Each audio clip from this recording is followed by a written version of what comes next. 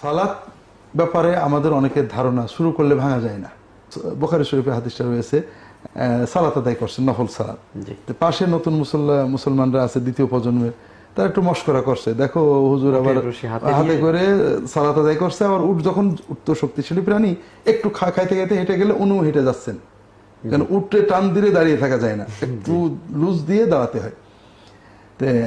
উনি সালাম ফিরিয়ে বলছেন যে আমি আল্লাহ রসুল সাহাবি, আল্লাহ রসুলের সাথে এত বছর ছিলাম, এত যুদ্ধ করেছি, রসুল আমাদের এই সালাতে শিখিয়েছেন, আমি যদি উটটা ছেড়ে দিয়ে সালাতে দাঁড়াই আমার মন পড়ে থাকবে উটের পিছনে, আর যদি আমি উট ধরে বসে থাকি সালাতে আদায় না করে সময়টা বেকার নষ্ট হলো।